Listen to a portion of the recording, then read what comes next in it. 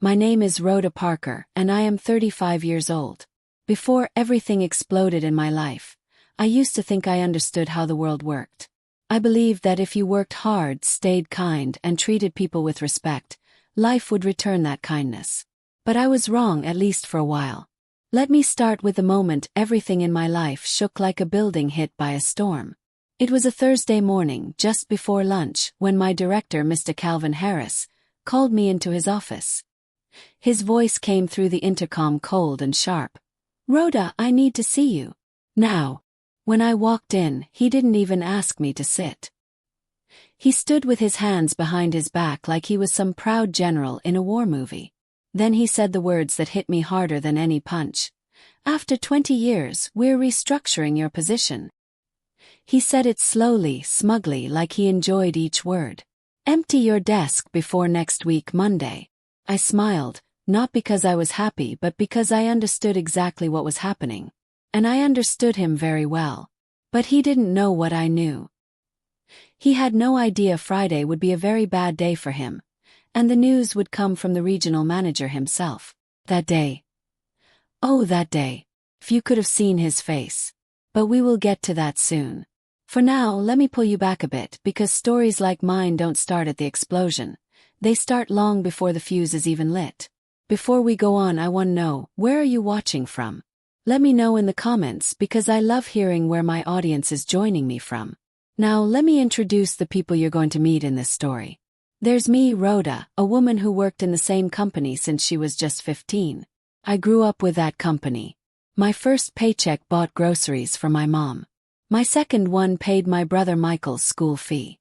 I believed in loyalty. I believed in teamwork. And I believed in treating people gently, because life is already hard enough. Then we have Calvin Harris, my director. Sharp jaw. Cold eyes. A man who loved power the way some people love chocolate. He was the kind of boss who never remembered your birthday, never said thank you, and always reminded you he could replace you. And he tried to replace kindness with fear, but I never gave him that satisfaction. There's Susan, my best friend at work. Loud, bright, funny. She loved coffee, gossip, and birthday surprises. She always told me, "Rhoda, your kindness is your power." Those words saved me later in ways she never imagined. There's George Miller, the regional manager. A quiet, calm man who watched everything but spoke little. Many people feared him. But I respected him. He had a way of knowing the truth even when no one spoke it. Together, these characters would create one of the biggest storms in my life. Let me take you back to how it truly began. Before the meeting with Calvin, my week had been normal. I arrived early on Monday, brought donuts for my team, and helped a new intern named Lily set up her workspace. I always tried to make newcomers feel safe, because on my first day, someone did the same for me and it changed everything. Life teaches us something small every day if we pay attention. Tuesday was slow. Just emails, coffee, and one funny moment when the office printer jammed again. Susan blamed the machine. The machine blamed Susan. I blamed both of them, and we laughed until our eyes watered. Wednesday felt strange. The air was too quiet. People whispered when I walked past. Susan avoided my eyes. And Calvin stared at me like he had a secret he couldn't wait to spill. Then Thursday came. The day he called me into his office. I wish I could tell you I cried. I wish I could tell you I panicked. But I didn't. After 20 years in that company, 20 years of loyalty, late nights, weekends, and caring for people, I wasn't going to let one man break me. I stood there, looked him in the eye, and said, "I understand you very well." What I didn't tell him was that he was about to understand me too. Later that afternoon, Susan came to my desk with worry written all over her face. "Rhoda, what did he say to you?" "Everyone is talking." I told her everything. But I asked her not to panic. Something deep inside me told me this was not the end of my story. Something was about to shift, something powerful. But life has a funny way of giving you small warnings before big events. That same day, as I packed a few personal items, my mug, my pen, a tiny photo of my family, George, the regional manager, walked quietly past my cubicle. He never walked on our floor unless something important was happening. He stopped for a moment, looked at me with his calm, unreadable eyes and said, "Rhoda, I need to speak with you tomorrow morning." Tomorrow. Friday. That was the moment my heart beat a little faster. Because George never spoke without purpose. And when he spoke, things changed. I didn't know what he wanted. I didn't know what he knew. But I felt something big coming. That night I barely slept. My mind kept replaying Calvin's smug smile. My chest burned with both fear and something stronger, courage. I wasn't going to let 20 years of my life be rewritten by a man who had only been there for 2. Friday morning came. I walked into the office. Everyone seemed nervous. Susan kept pacing. Lily watched me as if she feared something was about to explode. Then, just as I reached my desk, George stepped out of the elevator, holding a brown envelope. His eyes met mine. His voice was calm. "Rhoda. My office. Now." Everyone froze. Even Calvin, who had just stepped out of his office, stopped mid-stride. I felt the world go quiet. And that was when something happened, something so extreme, so sudden, that it changed the entire direction of my life. George opened the envelope, looked up, and said the words that made the whole office gasp. But that is where I will pause. 'Cause what he said next. Oh, you will want to sit down for that. The whole office went silent as George held that brown envelope in his hand. I could feel every heartbeat inside my chest. Even the computers seemed to stop humming. Calvin stood at the far end of the room, frozen like someone pressed pause on his body. He tried to smile, one of those tight, nervous smiles, but it didn't last. George looked from me to Calvin, then back at me. His voice was steady, slow, and heavy, like he wanted every person in the room to hear him clearly. "Rhoda," he said, "we need to talk privately." Privately. That word alone sent a wave through the office. You could almost hear people asking in their minds, "Why Rhoda? Why privately? Why now?" I followed him into his office. The moment the door closed behind us, the world outside faded. It was just me and George, and the brown envelope he placed gently on the table between us. He sat down and motioned for me to sit too. "Before we begin," he said softly, "I need you to stay calm. What I'm about to show you may surprise you." My hands tightened in my lap. "Okay," I whispered. He opened the envelope slowly. Too slowly. My heart thumped loudly in my ears as he pulled out a set of printed pages. He turned them around so the text faced me. "Do you recognize this?" he asked. I leaned forward. My eyes scanned the pages. And then my heart dropped. It was a report about me. Except, it wasn't true. It said I had missed deadlines, that I ignored emails, that I caused delays in 2 major projects. And worst of all, it claimed I mishandled a client account, one I had spent 2 years building with my own hands and countless late nights. I looked up at George with shock. "This is all lies. None of this happened." He nodded. "I know." For a moment I couldn't breathe. "You know." "Yes," he said. "Which is why I brought you here." I blinked hard, confused. "But why would anyone write this?" George's eyes darkened. "That's what we're investigating." My mouth went dry. Someone had tried to destroy me. On purpose. And now I understood why Calvin had been so smug. He thought he had proof. He thought he could push me out quietly. But I wasn't quiet anymore. George tapped the papers with his finger. "These were submitted anonymously to HR last month. Someone wanted you gone. Someone powerful. Someone who thought we wouldn't check the facts." A sharp, cold feeling spread through my chest. "Do you think it was Calvin?" George didn't answer immediately. Instead, he looked at me like he was choosing his words carefully. "We don't make assumptions. We deal with proof. That is why I need your help." "My help?" "Yes." "Yes," he said. "I need you to walk me through every project listed in this file. I want dates, details, receipts, emails, anything that proves this report is false." He nodded. "I can do that." But before I could say anything more, a loud knock hit the door. George looked annoyed. "Come in." The door opened, and in walked Calvin. He didn't look smug anymore. He looked angry. Angry in a way that made his jaw clench and his eyes narrow. "George," he said sharply, "I need to speak with you. Now."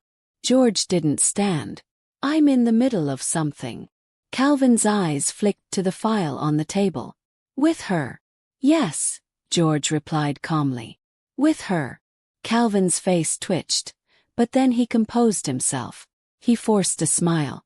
"Whatever lies she's telling you, George." George raised his hand. "Stop." That one word shut Calvin up. Then George stood up. "Calvin, I want you to leave. And I want you to wait in your office until I call you." Calvin stared at him, stunned. No one spoke to Calvin like that. But George wasn't done. "And if you walk into this room again without permission," he added, "I will suspend you on the spot." The entire room went silent. Calvin's lips parted slightly. His face turned pale. He stepped back, slowly. Then left, closing the door behind him. My heart pounded so hard I swear the walls could hear it. George sat down again and rubbed his forehead. "This is more serious than I thought." I swallowed. "What happens now?" "For now," he said, "you go back to your desk. Don't react. Don't confront him. Don't tell anyone what we discussed. I need time to gather everything." "What about my job?" "He told me to empty my desk." George's jaw tightened. "Forget what he said.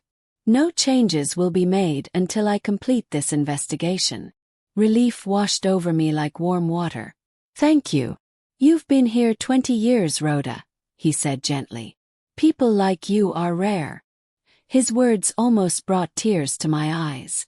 I walked out of his office quietly. The moment I stepped into the hallway, every pair of eyes turned to me. Susan rushed to my side. "What happened?" she whispered.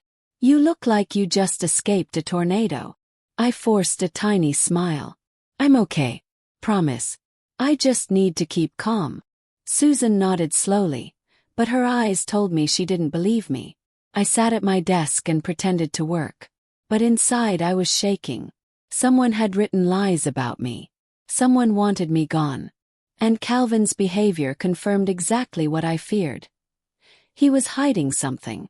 A less extreme moment came when Lily walked to my desk holding a little cup of hot chocolate. "I made this for you," she said softly. "You look like you need something warm." It was such a small act of kindness, but it warmed my heart deeply. "Thank you, Lily." She smiled shyly. "My grandma says when people look sad, giving them something sweet helps." I laughed weakly. "Your grandma is very wise." But just as I took the first sip, a loud crash echoed from Calvin's office. Everyone jumped. The sound was so sharp, so violent that even the building seemed to shake. Then came a shout. Furious, terrified shout. We all stood. Susan grabbed my arm. "Rhoda, something is happening." My stomach clenched. The office door flew open, and Calvin stormed out, his face red, his steps wild, holding something in his hand. The entire office froze. Because whatever he was holding, it was big, it was serious, and it was going to change everything. Calvin stormed out of his office like a man who had just lost the world. His breathing was wild, his hair messy, and in his hand he held a thick black binder, one I had never seen before. Papers were falling out of it as he moved, fluttering to the floor like broken feathers. Everyone stopped what they were doing. Even the intern who never looked up from her phone froze with her mouth open. Calvin's eyes were sharp and frantic, the eyes of someone cornered. And for the first time since I had known him, he looked scared, really truly scared. He wasn't looking at anyone else, only at me. "Rhoda," he barked. My heart jumped. Susan grabbed my arm tighter. "Don't go," she whispered under her breath. But Calvin wasn't waiting for me. He marched straight toward my desk, the black binder clutched in his shaking hand. I could hear his footsteps pounding the floor. People stepped away from him, forming a human pathway. He slammed the binder down on my desk so hard Lily squeaked and ran behind the printer. "Explain this," he snapped. The slam was so loud it echoed through the whole floor. Papers burst out of the binder and scattered across my keyboard. "What is this?" I asked quietly. "You know exactly what this is," Calvin hissed. His face was inches from mine. His eyes were wild. "Don't play innocent with me." Susan stepped between us. "Hey, calm down." Calvin ignored her. He pointed at the papers like they were weapons. "You're trying to ruin me. And you think I won't fight back? Oh no, Rhoda. I'm not going down alone."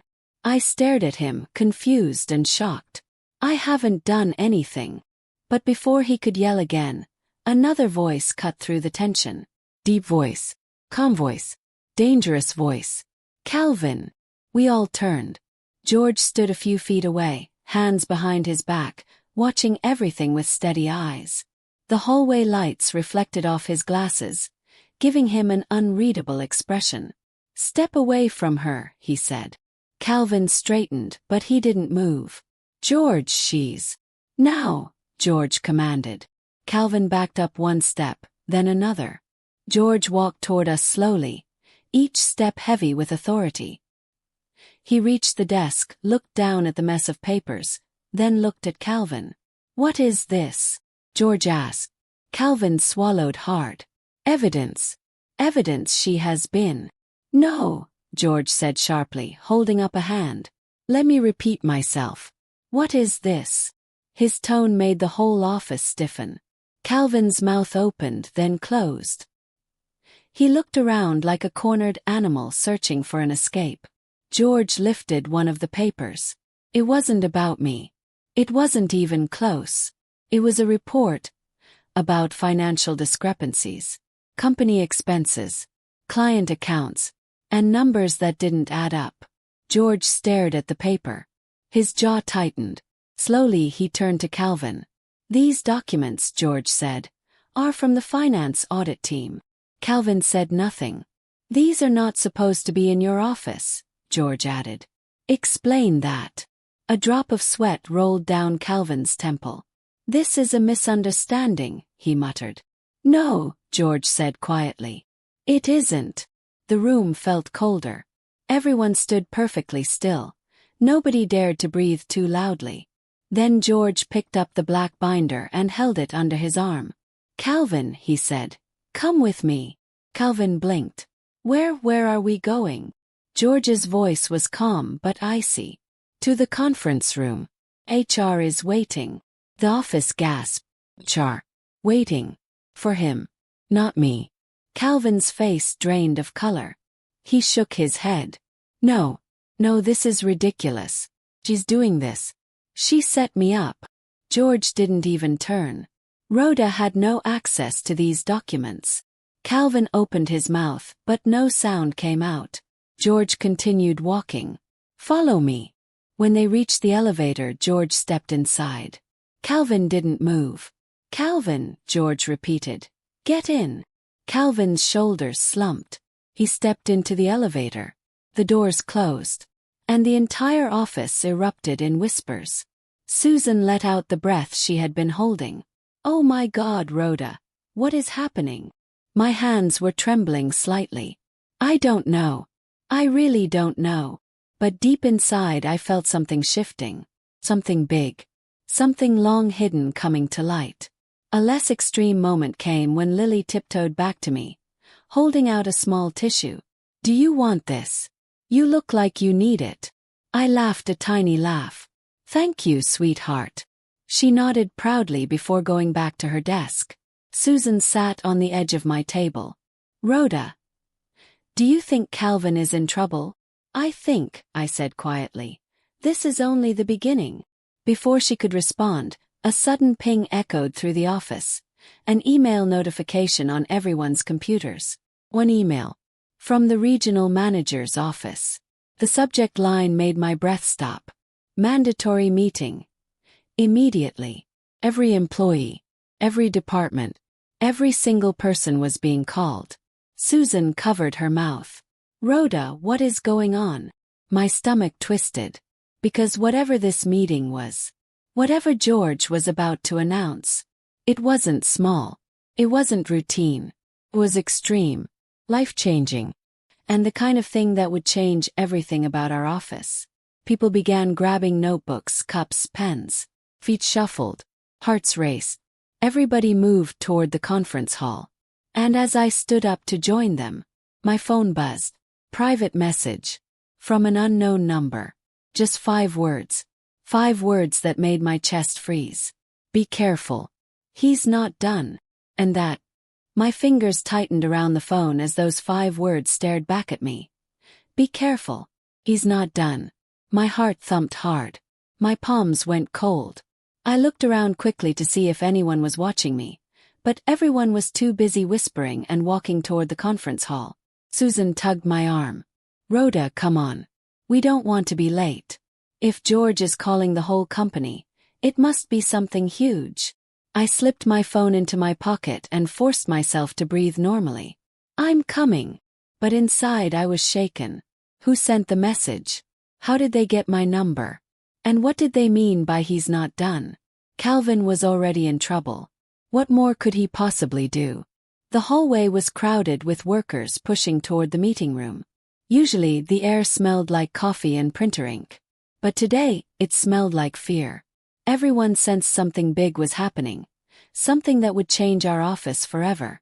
When we entered the conference hall, the room was buzzing like a beehive. Some people sat. Some stood. Some whispered loudly. And at the front of the room stood George, calm and stone-faced, holding the black binder Calvin had slammed on my desk. Calvin was nowhere in sight. We all got quiet when George lifted his hand. Thank you for coming, he said. His voice carried through the room like a steady drumbeat. I know you're confused. I know you have questions. Today I will answer some of them. Others will have to wait. He set the binder on the table beside him. This morning, during a routine audit, we discovered inconsistencies. Serious ones. These inconsistencies pointed back to files that were found in Director Calvin Harris's office. Files he should not have had. A ripple of shock moved through the room. George continued. As of now, Mr. Harris has been suspended indefinitely while we conduct a full investigation. The room erupted in whispers again. Gasps, nervous laughs, murmurs. Someone behind me muttered, I knew something was off about that guy. Another whispered, is he going to jail? I didn't say anything. I just watched George. But then, something happened that made my breath catch. George looked directly at me. And there is another matter, he said. A very important one. My stomach twisted. Someone attempted to remove a long-standing employee, he continued. A false report was submitted with the intention of discrediting her reputation. Thankfully, we caught the inconsistencies early. Susan grabbed my hand and squeezed. George didn't say my name, but everyone turned to look at me anyway. Every face, every pair of eyes. Suddenly I felt small. Suppose, like the whole world was staring directly into my chest. George raised a hand. There will be no questions about this until the investigation is complete. Everyone is to return to work. And with that, the meeting was over. People slowly got up from their seats, whispering, pointing, looking at me like I was a character in a mystery movie. Susan stayed by my side, protective like a mother lion. Rhoda, she said, this is huge. Are you okay? I nodded softly. I just want to go back to my desk. So we walked out together. The hallway felt longer than before, the lights brighter, the air colder. But just as we reached my cubicle, George called out, Rhoda, a moment please. I turned around. Susan gave me an encouraging smile and stepped away so George and I could talk privately. George approached me with a serious expression. I need you to stay calm, he said quietly. Calvin is not handling the suspension well. I swallowed. What do you mean? He made phone calls after our meeting this morning, George said. A lot of calls. We don't know to whom or why. IT is tracking the numbers now.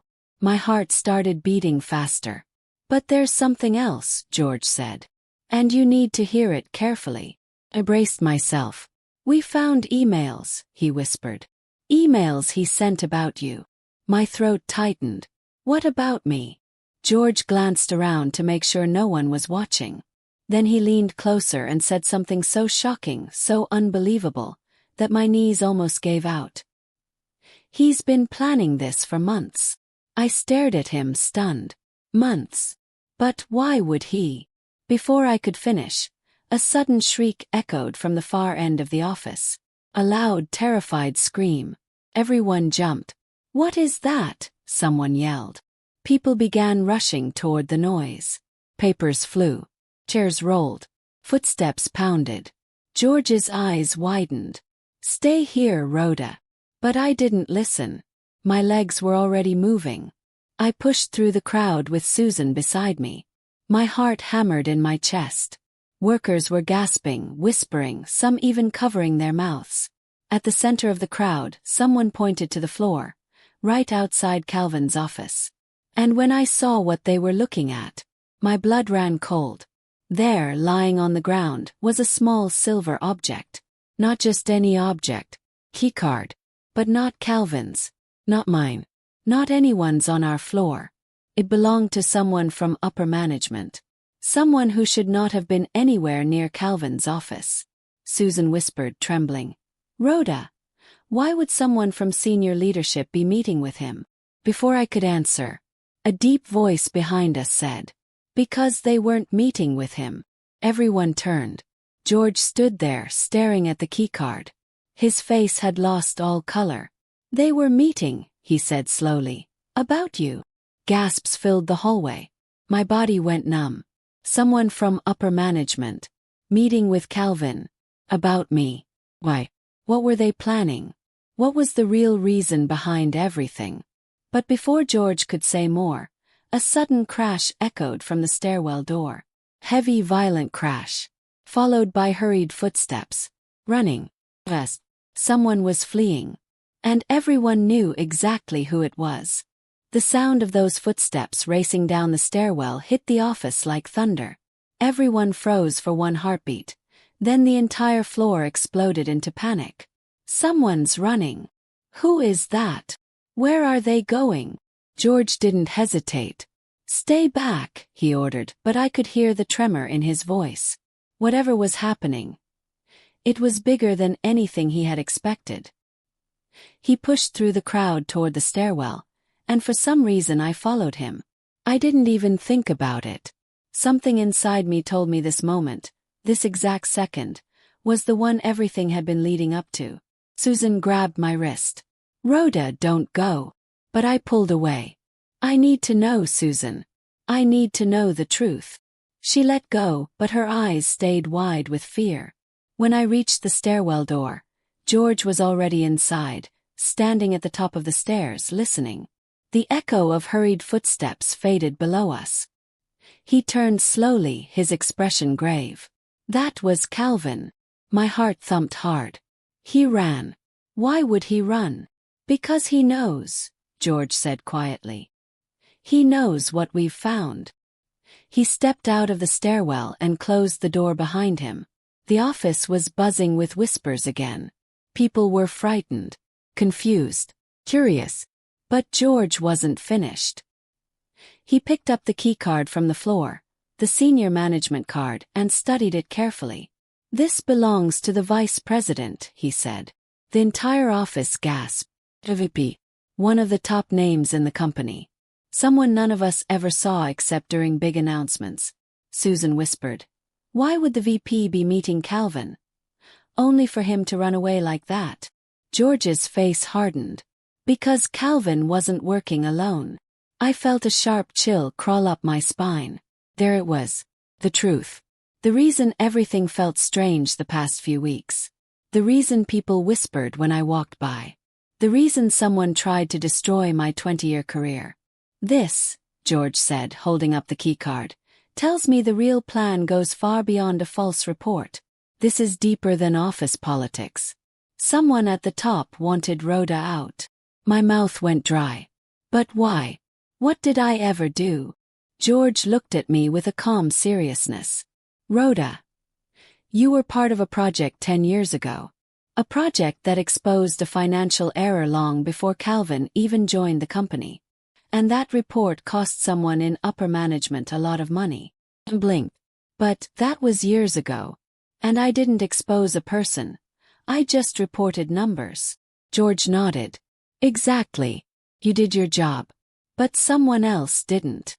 The room went silent. People were listening. Every single one of them. Then George continued softly. Someone in leadership was quietly moving funds, and your report almost revealed it. Instead of fixing the issue, they hid it. And to this day, that error is still sitting in the system. My heart sank. I hadn't even known. I thought I had simply worked hard, stayed loyal, tried to be kind. But someone was holding a grudge. A grudge big enough to try to erase me. George sighed deeply. Calvin didn't start this. He continued it. The VP needed someone bold enough and desperate enough to carry out the plan.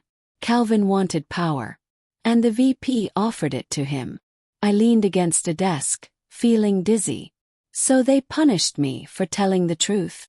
No, George said. They punished you for being the kind of person who can't be controlled. The words hit me like a punch. Me. Someone who couldn't be controlled. I always thought I was gentle, quiet, soft-hearted. George seemed to read my thoughts. Kindness, he said, is the strongest form of power. And powerful people fear what they cannot bend. I closed my eyes for a moment, breathing in slowly. Then someone's voice cut through the air. George! We turned. 2 security officers were hurrying toward us. We found him, one said. Calvin's in the parking garage. He's trying to leave the building. Gasps erupted all around us. George nodded firmly. Secure him. And don't let him leave. The officers rushed off. Then George turned back to me. RHODA. There is one thing you should know before we wrap this up. I looked up nervously. What is it? He held the VP's keycard tightly in his hand. The investigation won't just clear your name. It's going to reveal everything, and I mean everything. And when it does, this company is going to need someone strong, someone loyal, someone with integrity, to help rebuild it. He paused, eyes softening. And we already know who that person is. The words washed over me slowly, carefully, like warm sunlight after a heavy storm. Me, I whispered. He smiled. Yes, RHODA. You. I covered my mouth with my hand. My eyes burned. I had spent 20 years giving my heart to this company. And someone had tried to destroy me. But someone else, someone honest, saw me. Saw the truth. Saw my worth. Before I could respond, another officer returned. Sir, he said, Calvin is in custody.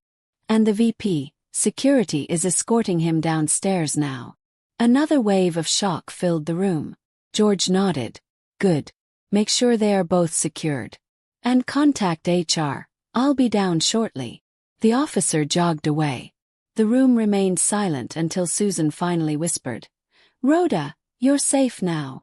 I let out a shaky breath. I don't even know what to say. You don't have to say anything, she replied. The truth spoke for you. Just then my phone buzzed in my pocket again. My heart jumped. Was it another warning? I pulled it out slowly. But this time, it wasn't a threat.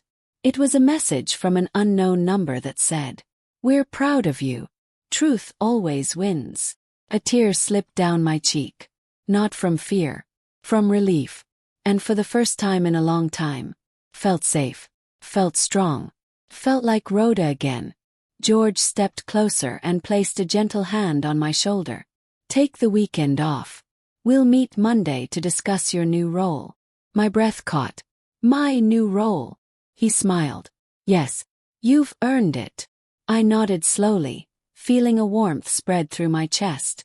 After everything, the lies, the fear, the betrayal, the confusion, the truth had finally come out.